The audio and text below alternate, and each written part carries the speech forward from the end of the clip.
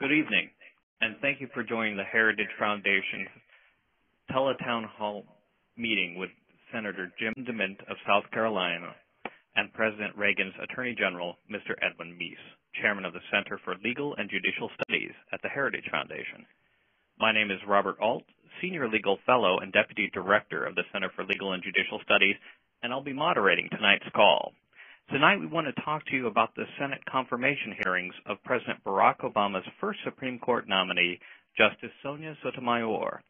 We also encourage you to visit our new website, orderinthecourt.org. Since Judge Sonia Sotomayor was nominated for the Supreme Court by President Barack Obama, she has received criticism for a number of her public statements and court opinions that reveal her judicial philosophy. She has questioned whether judges can and should set aside personal bias, mock the idea that judges do not make law, and argue that judges of certain ethnicities or a particular gender will reach superior conclusions possibly due to physiological differences in logic and reasoning.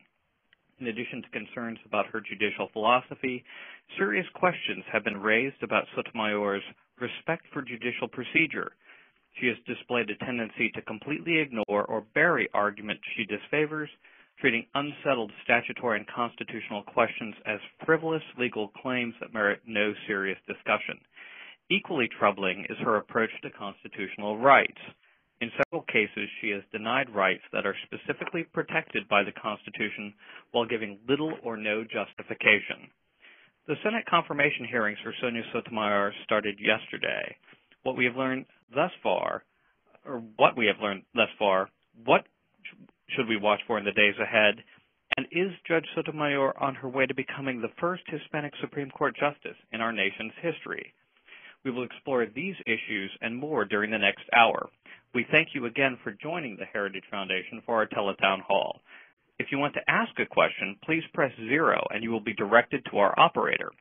We also encourage you to visit orderinthecourt.org to get the latest news about Justice Sotomayor as the confirmation process unfolds.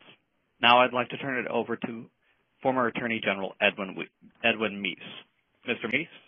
Thank you, Robert Alt, and welcome to all of you who are listening in on this conversation, this Teletown Hall, and particularly a welcome to our guest tonight, Senator Jim DeMint. The Senate of the United States is engaged today in this week, most of this week, and perhaps into next week, in one of its most important responsibilities under the Constitution, and that is to consider a nomination to the nation's highest court, the Supreme Court of the United States. During the early days when the Constitution was being considered and how the appointments to the Supreme Court should be made, the founders came up with a compromise. Some wanted the Congress to decide who should be a justice. Others felt it should be solely the responsibility of the President. And so they came up with a plan in which the President would nominate, and then the Senate would have the opportunity to, as the Constitution says, advise him on the nomination and consent to his nomination before it can go forward. We call that the confirmation process. Over the years, it has evolved into somewhat of a controversial set of hearings. At one time, there were virtually no hearings. There were no questions asked to the nominees. But over the past 30 years or so, that has changed considerably, and often these hearings become contentious. In a sense, it's proper that there be probing questions asked of the nominee to find out how they view their role as a judge and as a justice, to find out what their view is of the Constitution and how important it is in their decisions, to find out whether there are extraneous ideas or extraneous material that they believe should be considered when interpreting the Constitution, or whether they should stick to the Constitution as its meaning and as its provisions are understood.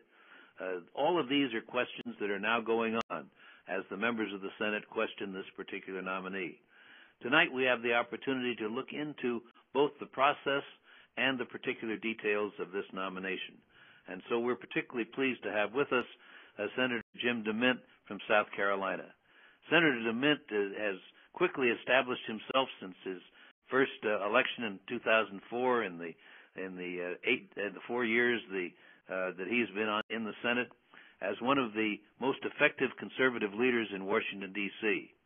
He is a man who believes in the Constitution, a man who is dedicated to government as the founders saw it, a limited government, a government that serves the people but does not oppress them. And he has been an advocate for both an effectual and a frugal government, and has, as a result, been called the taxpayer's greatest ally. We call him a great friend, a friend of the Constitution, and a friend of the people of the United States, and it's a great pleasure to have you with us tonight, Senator. And let me turn it over to you for your initial remarks. Ed, thank you so much, and I'm honored to join you, and we should be a good team tonight because you're a great legal mind and have been Attorney General and helped produce Heritage, a great book on the Constitution. And I'm a non-lawyer who's been a business person, but I do think our laws need to be understandable to just the average American, of which I consider myself one.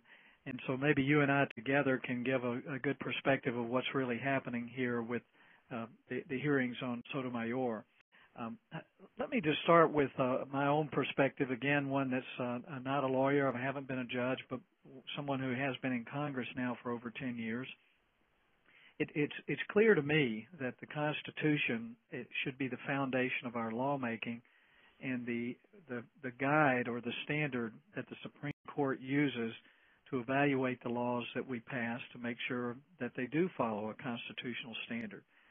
I've been concerned since Obama was a candidate for president, about some of the things he said about our Constitution. He once said that he considered the Constitution a charter of negative liberties, that it told us what the government can't do, but it did not say what the government should do. And his clear implication has been all along that he thinks the Constitution needs to be expanded to define all the things that the government is responsible to do for the people. And I think Sonia Sotomayor represents that judicial philosophy. And the president will have the opportunity to nominate hundreds of judges during his time in office and probably more Supreme Court justices. So even though we may not have the votes to stop this nomination, it is important that we expose the judicial philosophy that I think is going to be critically important as Obama continues to make more nominations and I think totally change our courts. My concerns begin with the fact that Sonia Sotomayor has been very evasive in answering questions, and we've seen it in the hearings, and I saw it in my private meetings with her. I did have a meeting. I asked her a number of questions, and I'll just give a few examples of some of the questions I asked and the fact that she didn't answer them, in effect. I was thinking of the hate crimes legislation, and I just asked her a simple question. If someone hurt her children, should they be punished more than if they hurt my children? Because she was Hispanic and mine were white. She said, of course not. And then I began to ask her questions about the hate crime legislation, when in fact that's exactly what hate crime legislation does, is it punishes people differently based on what they were thinking when they hurt someone or committed a violent crime. She was very evasive, and she would not answer any questions about hate crimes. And the same with her philosophy about the unborn. I asked her a very simple question, and that was if she believed that unborn children had any rights at all. And she normally appeals to precedent, and if she had in that case, there is a lot of precedent suggesting that late-term abortions are not allowed because we consider that child very human, and other restrictions on abortion are clear indications that we believe children have some rights. But she told me something amazing when I asked that question. She said that she had never thought about whether children had any rights at all before they were born. She is just not answering the questions. And we see the same thing in the hearings, and I had a chance to watch for a while today. And I'll just start with one concern there, and then we'll open this up for questions. The thing that concerns me, Ed, and you might want to give a perspective of this, is she does not appeal to the Constitution at all in her arguments, that she doesn't say that is the standard we begin with, and maybe precedent informs that. She said she was bound by precedent. And as you know, there's so many confusing and contradictory decisions that have been made over the years. Any judge can justify a decision by pulling together compiling a lot of different precedents that support their particular bias or prejudice. And the fact that she is working with precedent just suggests to me that her decision-making is going to be very arbitrary rather than based on clear constitutional principles. And that's my main concern today, because the Congress and the courts are crossing constitutional boundaries almost every day in this country. And that's why we've got so much debt, and the government is taking over General Motors and the AIG and banks, because we no longer measure what we're doing based on the limited government philosophy in our Constitution. But I'm going to stop here because I think we've got a lot of folks that are going to ask questions, and I think we need to tell them how they can get in the queue. Well, thank you, Jim. That was a very good introduction here to the topic, and I share your concern. The real key to whether a person will be a good justice is not their race, or anything else. It really is, will they follow the Constitution? And most of the bad decisions we've had in this country, going all the way back to the decisions that created slavery, that justified slavery, for example, prior to Abraham Lincoln, some years later justified separate but equal treatment, which was not equal at all. All of those decisions, if they were still, if people had followed precedent, we'd still have those kind of conditions today rather than what we have. And so I think it is critical that people place the Constitution first, and quite frankly, if subsequent decisions have violated the Constitution, they deserve to be overruled, just as legislation by Congress that violates the Constitution should be overruled. But at the same time, obviously, we need stability and consistency and certainty in the law. And a judge, as long as they follow the Constitution, will be able to navigate through these difficult waters. But a judge who is willing to substitute his or her own political ideas, partisan views, personal biases, or political preferences or policy preferences, that's where they run afoul of the Constitution. And so that's why this kind of questioning is very important today. With that, let me turn it back to our moderator, who will handle the questioning. Bob? Robert? Thank you, Mr. Meese. We'll start taking questions. Once again, for those of you who are on the call who would like to ask a question to either Senator DeMint or to General Meese, simply press 0 to get in the queue to ask your question. Our first question this evening comes from Charles Hilton, and it's for Senator DeMint. He has a question about what Republicans hope to gain from questioning of the candidate. Charles, are you there? Hey, Charles, Jim DeMint, are you there? Yes, I am. Thank you for joining us, and please ask your question. Yes, I'm curious. With the makeup of Congress, it seems like it's a foregone conclusion that Sotomayor will be confirmed as the Supreme Court justice. How do the Republicans participating in this confirmation hearing declare success? What is success? That is a great question. And I think if you've been watching the hearings at all, you will see that the Republicans have asked good and tough questions, but they have been very courteous and respectful and I've appreciated that. Of the nominee. And so we win here when the American people see us asking good questions that are questions they would like to ask themselves.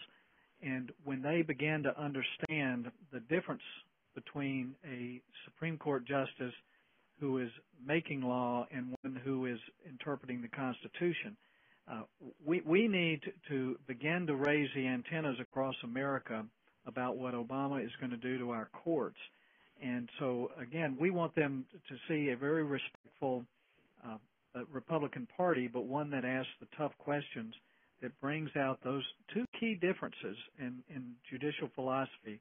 One I consider very arbitrary, where precedent is often used as an excuse to justify any decision. and the other is using the Constitution as a standard. And if we come out of this with America seeing that the Obama administration is coming down on the arbitrary law side, then I think we're starting to make progress. I would certainly agree with you, Jim, and also to say that part of this the success really is letting the American people know, as you suggest, the importance of the Constitution to all this, and that there is a standard for judges in determining whether they're doing the right thing. And this, I think, will be important not only now, but also in the evaluation of future appointees. Our next caller is Janice Daniels. I just wanted to remind the rest of the folks on the line, if you do have a question for Mr. Meese or Senator DeMint, just press 0 to get in the queue. Janice has a question about oaths. Janice, are you there? Yes. Under Section 453 of the U.S. Code, justice has to solemnly swear that they'll administer justice without respect to persons and do equal right to the poor and to the rich. Sonia Sotomayor's statements factually are against that oath of office, and I wonder why oaths are taken so lightly these days. Ed, I'll let you start us. Well, I think it is a sad thing that oaths are too often taken lightly. And this is, I think, one of the reasons why the questioning will be very careful on this particular point. The statements which have raised this whole idea of empathy, as though the position of the various people, whether they're sympathetic characters or not, should somehow be a part of a judge's decision-making. This idea of empathy, which the President himself raised in his speeches about what kind of judges he would appoint, has made this a particularly important question. And you're absolutely right. The judge takes an oath. I would say this, one of these purposes of this nomination process is to remind the judicial candidates of that oath and hope that they will, in fact, follow it, having been reminded. But when a person violates that oath, and frankly, some of the things that we'll probably be talking about, like the use of international law and other impermissible sources to render decisions, I think that oath is violated, and it's something that Congress may have to look into in individual cases in terms of violation of that oath being a subject of impeachment. Ed, let me just add to that. The only oath of office that congressmen and senators and presidents and our military leaders take is an oath to protect and defend the Constitution. We don't take an oath to do what we think is best or to help the poor or to get money for our states. And your question is particularly insightful that so many of us are taking oaths that we completely ignore because we seldom appeal here in Congress to the Constitution as we look at legislation and new government programs. Very little of what we do today is within constitutional boundaries. So the question about upholding an oath is pretty key, not only for our justices, but for members of Congress as well. Jim, I'd like to add one other thing, too, because the questioner mentioned the fact that the oath includes the idea that justice must be dispensed fairly without regard to whether a person is rich or poor. At a time when, unfortunately, in too many of our political discussions today, this whole idea of class warfare is brought up, and the idea of somehow government should take more from the rich and redistribute it to the poor and do other things which have been anathema to the foundations of our country from the start. I think that part of the oath is a particularly significant phrase that must be emphasized when a judge is under consideration, such as this nominee. Yeah, great. Our next question is from Jennifer Rubin, who writes for Commentary Magazine. Jennifer, are you there? Thanks very much for doing the call, Mr. Meese and Senator. The question I have goes to credibility. There were, frankly, some jaw-droppers today. She claimed that she had never read any of the briefs of Pearl Death. She said that she had agreed with Justice O'Connor's statement that a wise woman and a wise man should come out the same in decisions. She indicated that she had never voiced views in favor of use of international law. All these are factual statements that are really pretty easily disproven. Senator, looking on as someone who's going to have to vote, are you now concerned, and might your colleagues be concerned about credibility issues? And for Mr. Meese, how do the senators go about testing whether, in fact, she's been credible with them, particularly if, for example, Pearl Death has refused to provide documents to the committee to verify the degree that she was familiar with their agenda? Those are excellent questions, and you're right. There's a growing concern in the Republican Party. We talked about it at lunch today. Jeff Sessions has done a good job just opening this book up for us, and he has tried to be fair throughout the process, but he expressed growing concern, as did Orrin Hatch, who is very fair-minded, even-handed. But he asked some excellent questions today, and he did not get answers. So increasingly, more of our reasonable judiciary members are expressing concerns. So I think for the same reasons that you said, that she's had some hearing conversions here that contradict things she said before, and I think that is beginning to undermine her credibility as someone who shoots straight, just like she did with me. For a judge who's been on the bench over 10 years to tell me that she's never thought about whether or not an unborn child has any rights is a little bit hard for me to believe. I think it is an excellent question, and it just appears that in the cases you cited and in other things that have been said in these hearings, that what she's saying now is totally contradicted by the facts, particularly in the quote that you mentioned from Sandra Day O'Connor. In her comment on that, she said, "I specifically disagree with Sandra Day O'Connor on this," and that led then to her further statement in which a wise a Latina would be a more credible person, or would have come up with better solutions than an older white man. So I think there's no question that, as Senator DeMint says, this is going to concern a lot of the people, should concern people, frankly, on both sides of the aisle, because the Democrats should have as much of an interest in having a totally honest and totally candid nominee as the Republicans. In terms of the documents, if the documents can't be produced, they ought to do what has been done in past hearings, and that is continue the hearings, prolong the nomination process until they get the documents. That's certainly a trick that had been used even when it was not accurate by the Democrats in prior nominations by Republican presidents. Even though the documents had been produced or the documents were not available, they prolonged the hearings in many cases for months at a time. And it seems to me that when this is a critical issue, as it is concerning the veracity of the candidate, that this is certainly a time when those hearings should not be completed until the documents are produced. Ed, and I can just add one other jaw dropper, as our questioner just mentioned. Lindsey Graham asked some good questions today, and one was about the Puerto Rican Legal Defense Fund briefs. And Lindsey asked if about the fact that these briefs advocated for taxpayer-funded abortion and likened abortion restrictions to slavery. And then she said she hadn't read the briefs, and she was on their board, and I assume she was one of their chief legal counsels. And it's another statement that is you have to question whether or not she's actually telling us the truth.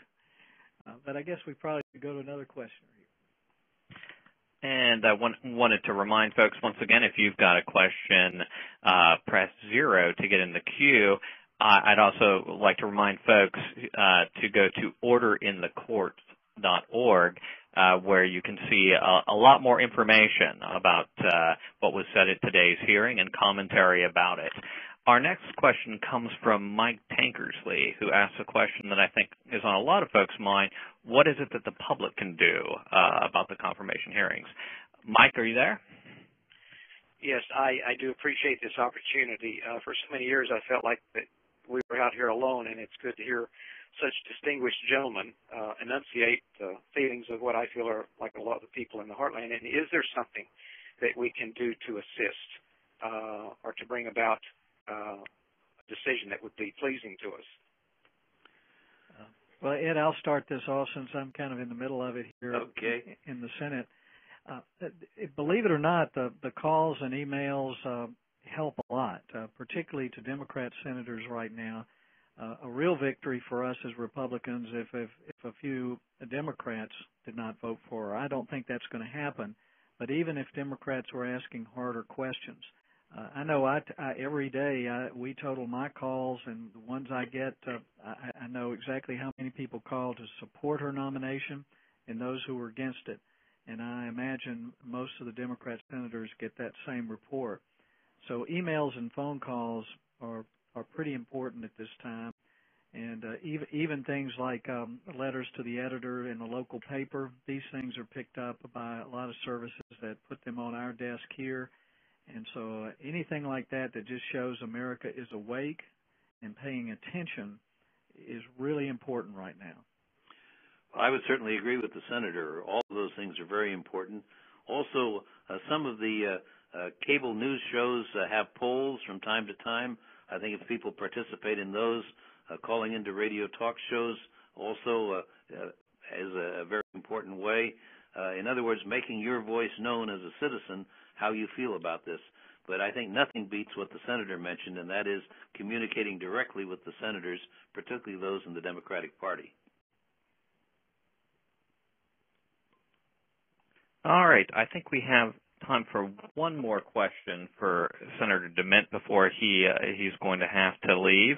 Again, for the rest of you, if you haven't asked a question yet, simply press 0 to get in the queue.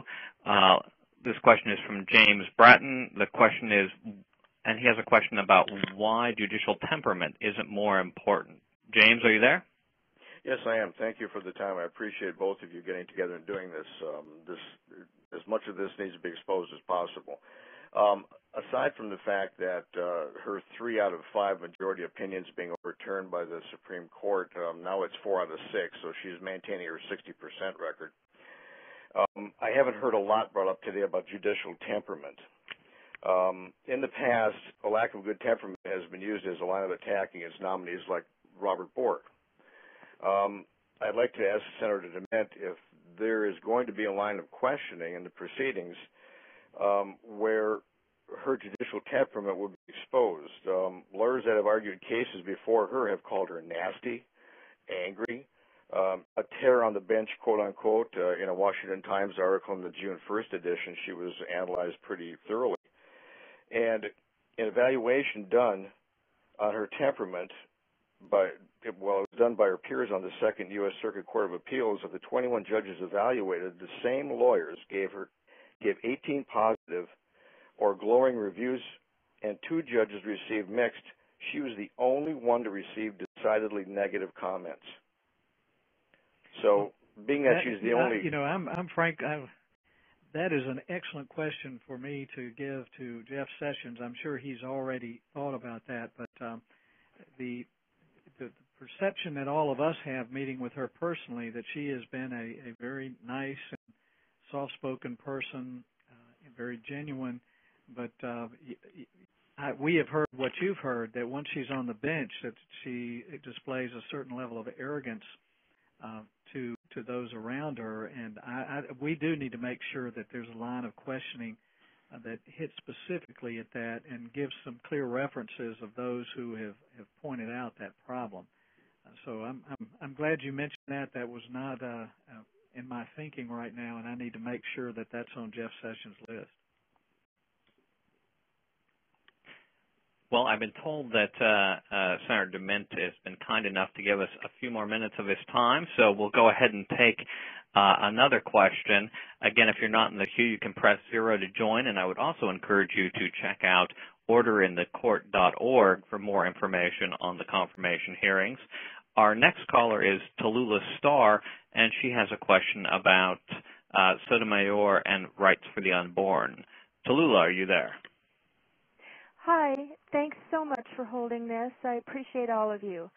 I was surprised at the comment by Senator DeMint reporting that Sonia Sotomayor has never thought about whether preborn children have rights. And I'd ask, what about the endowed by our Creator with certain inalienable rights? Among those life part of the Declaration, it's sort of like at the beginning of our country. I wish I had thought that when I asked the question. I was so stunned when she responded that she had never thought about that, because it just sounded disingenuous to me at the time. For as I said before, she appeals often to precedent, and there's plenty of precedent that unborn children do have some rights, not as many as a lot of us would like to give them, but I just think she's clearly dodging a very important issue, and she did that today when she was asked about the right to privacy. But there's some disturbing indications, particularly her involvement with the Puerto Rican Legal Defense Fund, that are worrisome on a lot of fronts. But excellent question.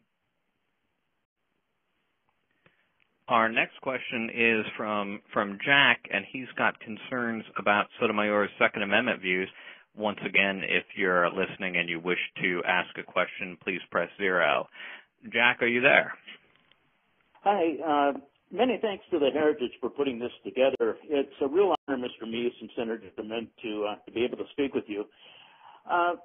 Just one quick concern here, this comment that you made about the judge saying that as far as unborn children were concerned, she never thought about her rights. My understanding is that this lady was born and raised Catholic. And I can tell you, being a Catholic myself, that is an impossibility. It's as if an American were thinking that there's 58 states, and the way to address the Pledge of Allegiance is with your hand in your pocket. That's a bunch of malarkey. It's evasive, and it's a terrible affront to the American people. That being said, my issue is Senator DeMint and Mr. Meese, what are your feelings with the judge as to the endangerment to the Second Amendment that she's put on the court? Well, I think Ed, I'll let you start there. Okay. I think that her views have been revealed in some of the things she's said, some of the things that have been written by her, and her views on cases before her. And perhaps the worst violation of the Constitution is when she said that the possession of weapons, possession of firearms, do not implicate a fundamental right. And, of course, this is just the opposite of what the Supreme Court itself has recently said. It is also the position that was taken by John Ashcroft when he was the Attorney General before any of these cases came up. And it certainly was the position of the founders if you look back on the history. And so she's been absolutely wrong on that.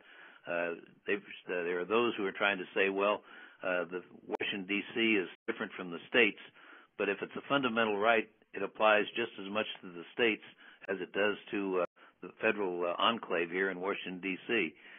Furthermore, why should the Second Amendment be the only amendment that is not incorporated, like the First and the rest of the amendments, into being applicable to the states? So I think it's very worrisome what her past opinions have been, and particularly in this particular area. Ed, I agree. I mean, this is clear even to a non-lawyer like me. The Second Amendment is talking about one of those unalienable rights to the individual, and that means that it has to be respected by the states.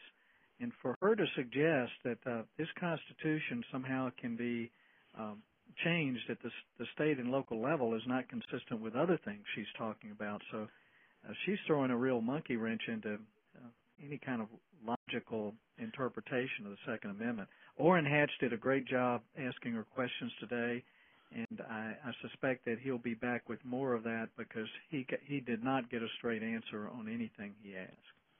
One of the things that has been particularly worrisome about her career is the fact that she has given very short shrift to many of these issues, such as the idea about not discriminating on the basis of race.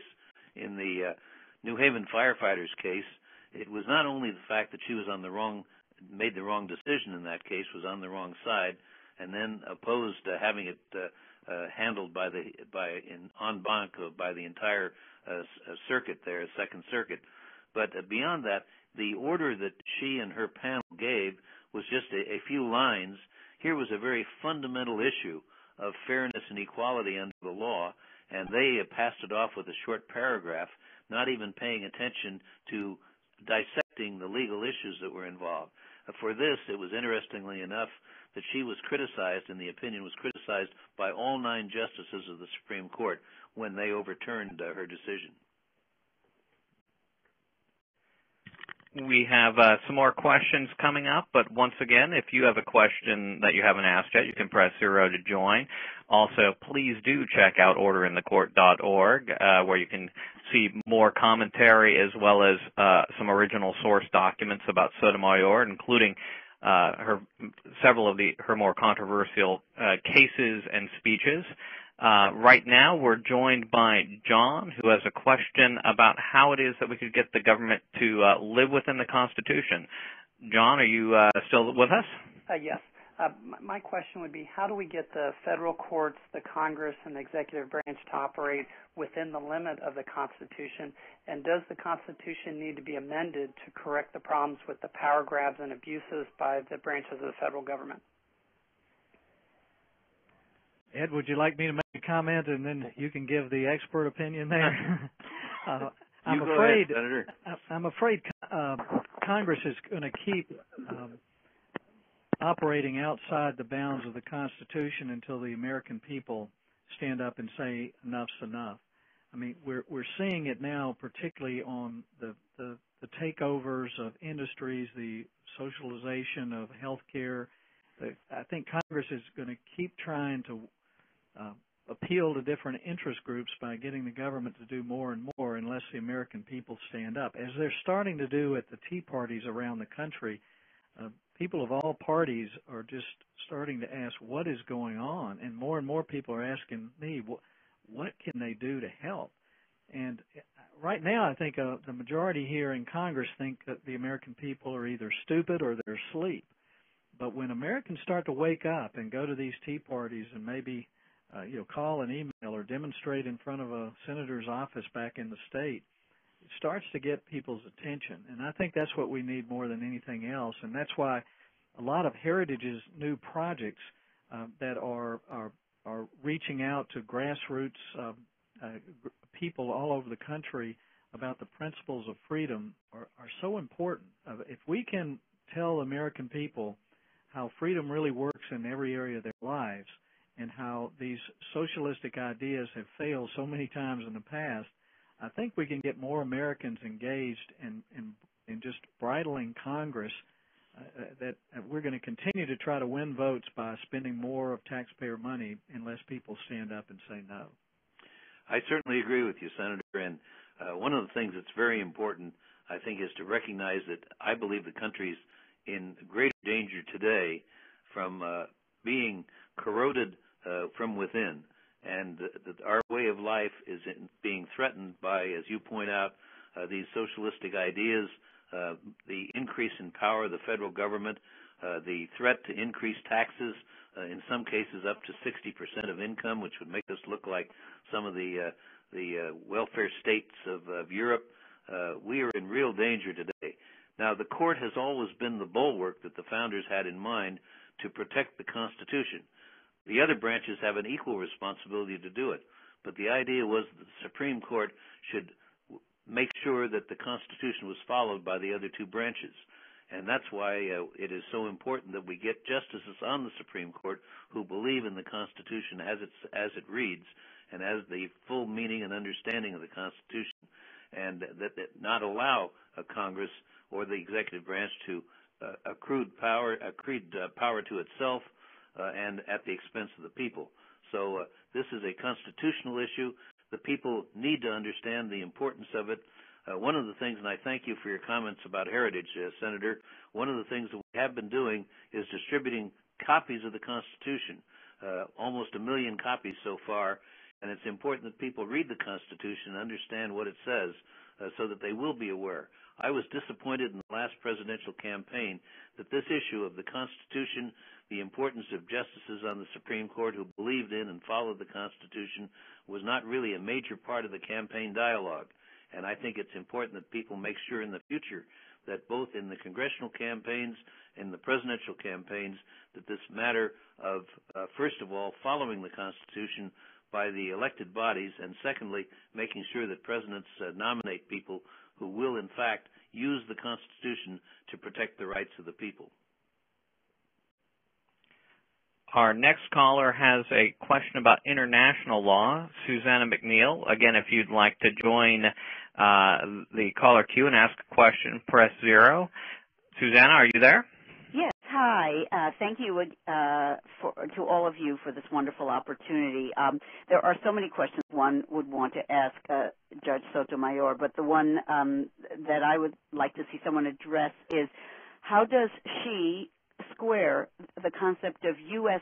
sovereignty with a belief that deference to, or at least influenced by, international law should be an important part of a judge's philosophy and thinking process? It strikes me that this is, in its first regard, completely against the concept of sovereignty. And furthermore, it implies that other countries' judicial systems are somehow superior to ours, which I find completely incomprehensible. Well, that's certainly an excellent question. And Judge Sotomayor has certainly been wrong in her statements on this. She stated that if American judges don't become more open, as she calls it, in discussing foreign cases, America will lose influence in the world. Well, that's absolutely has nothing to do with interpreting the Constitution. She also said that international law and foreign law will be very important in the discussion of how to think about the unsettled issues in our own legal system.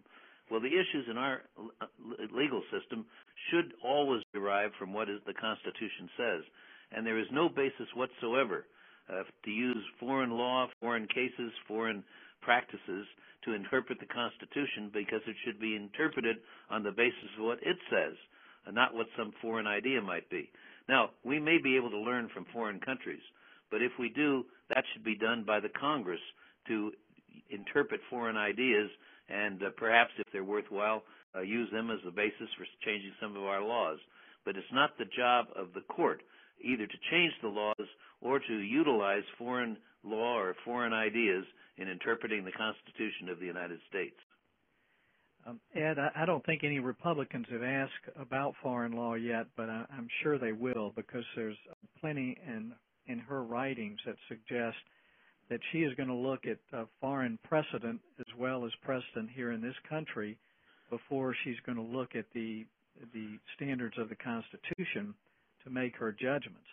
And so, again, her emphasis on precedent makes this inclination to use international law even more threatening, because it's not a matter of using it to enlighten her interpretation of the Constitution. It's a matter of substituting it. So that's a big concern to me. Ed, I'm going to have to slip off, but before I do, let me just make just one thank you to all the folks. I mean, we've had over the course of the night nearly 600 people on at one time. We still have over 250. This is a great opportunity for me to hear these questions and hear what folks around the country are saying, and I very much appreciate Heritage creating this forum and so many others across the country. And Ed, thank you for what you've done. I would encourage anyone who wants to know about the Constitution to see the book that, or to get the book that Ed edited that was produced by the Heritage Foundation, because that'll make you an expert if you're not a lawyer. But I'm going to run, but thank everyone, and I think Ed's going to stay on the line and continue to answer a few more questions. Well, thanks, Senator, for being with us and for the great work you do. We certainly appreciate it. Thank you, Ed. And let me add my thanks as well to Senator DeMint for being so generous with his time this afternoon. We do still have time for a couple more callers for former Attorney General Meese. And let's go at this point to Amy Fling, who has a question about Sotomayor's view on where the law is made. Amy, are you with us? Yes, I am. My question is, I heard her in a tape recording say that she felt that the courts made the laws, and then I heard her say, I know I'm being recorded and I shouldn't say that, but we all know that courts don't make the laws, and then she was laughing about it. To me, that signals judicial activism. Well, you're absolutely right, and it not only, I think, signals judicial activism, but the way in which she mocked the idea that judges should follow the law and not make the law. She mocked that idea, shows, in my mind, a contempt for the Constitution and for the role of a judge. The whole idea that she was talking to a group of law students and was in such great disregard of what the duty of a judge is, makes it very questionable what her real views are about the Constitution and her duty to uphold it. You know, it goes back again to what we just discussed about the use of foreign law. Why do judges of the Supreme Court use foreign law in order to justify their decisions? It's usually because they can find no support for their ideas either in the Constitution or in precedent or in United States law, and that's why they resort to foreign law. And as a result, they're making the wrong decision as far as the people of the United States are concerned. All right. I think we have time for a couple of more questions. Let's see. We have one from Richard Summers, who has a question about Sotomayor's view on the living Constitution. Richard, are you with us? Yes, I am. Thank you very much. I too have noticed a lack of questioning on the Constitution at this point. And Obama, and I see the need to tie these questions to Obama. Obama, I understand, who has talked about seeing the Constitution as a living document, which is kind of scary. And I'd like to hear her question on this position. Well, I think you will in some of the questions that are still to come, because it is one of the critical issues. And this idea of the Constitution as a living document is the kind of speak of the kind of total distortion of language, because we know that a Constitution that is not followed, where judges don't adhere to the Constitution but move off, use it as a trampoline to jump off in all kinds of other directions and substitute their own ideas, that's not a living Constitution, that's a dead Constitution, because nobody's following it. And so even the language is false. So that question and that issue is very important. It's a lot of times we find this double speak. It's like liberals are trying to call themselves progressives these days, when all they really want to do is take us back to the policies of Jimmy Carter. And the same way, they're trying to cover their views by calling it a living Constitution, when really what they want is one that's actually dead and extinct. All right. We have time for one more caller, but we have an awful lot of callers still in the queue. So if you don't get a chance to ask your question today, I would certainly encourage you to follow the confirmation hearings on orderinthecourt.org, where we'll have updates on commentary and original documents throughout the days during the confirmation hearings. But with that, let's go to Fran Austin, who has a question about why hold the hearings if it seems like the outcome is predetermined. Fran, are you there? Yes, hi. Thank you for speaking with me. I am quite concerned about prior comments where it seemed like there was no recourse and we didn't have a chance to even win. And it would seem like this is just a mere formality then. And I don't think that at this juncture people are going to wake up. Is there a way to delay or postpone the hearings at this juncture? Or is there a legal action that can be taken that will show opposition? If we're outnumbered by a vote, what's the point of even listening to this? Well, I think you have a good question, but I think the answer is that it's important that people understand what's going on and have an opportunity to see it, and we have the transparency of people understanding in these public hearings what's going on. I would hope that many of the Democratic senators, as well as the Republicans, would recognize this evasion, would recognize the wrong ideas that this particular nominee has about the court, would recognize how critical the position of Justice of the Supreme Court actually is, and that this would make a difference in how they vote. But even if they don't, I think it's important that the public understands because then maybe they will be impressed enough to make this an issue in the next campaign, so that they will have a president who believes in appointing people or nominating people for all the courts who believe in the Constitution and will follow the Constitution. As I mentioned earlier, this wasn't even an issue really that was discussed much in the last campaign. I think it should be a fundamental issue of every presidential campaign. And so I think there is a value of having these hearings. Hopefully also it may have some influence on the nominee. I'm worried in this particular case because of the evasive answers we've been receiving. It doesn't look like the nominee cares an awful lot about anything except getting confirmed. But I think it is important that the public has this opportunity to see the views of a potential justice, so that when the bad decisions come out, they know why. It's because of the unwillingness to follow the Constitution in these decisions. And so I think it has a value, even though there may be a confirmation of this particular candidate just because the other party has the votes. Well, I think that's an important note to end on.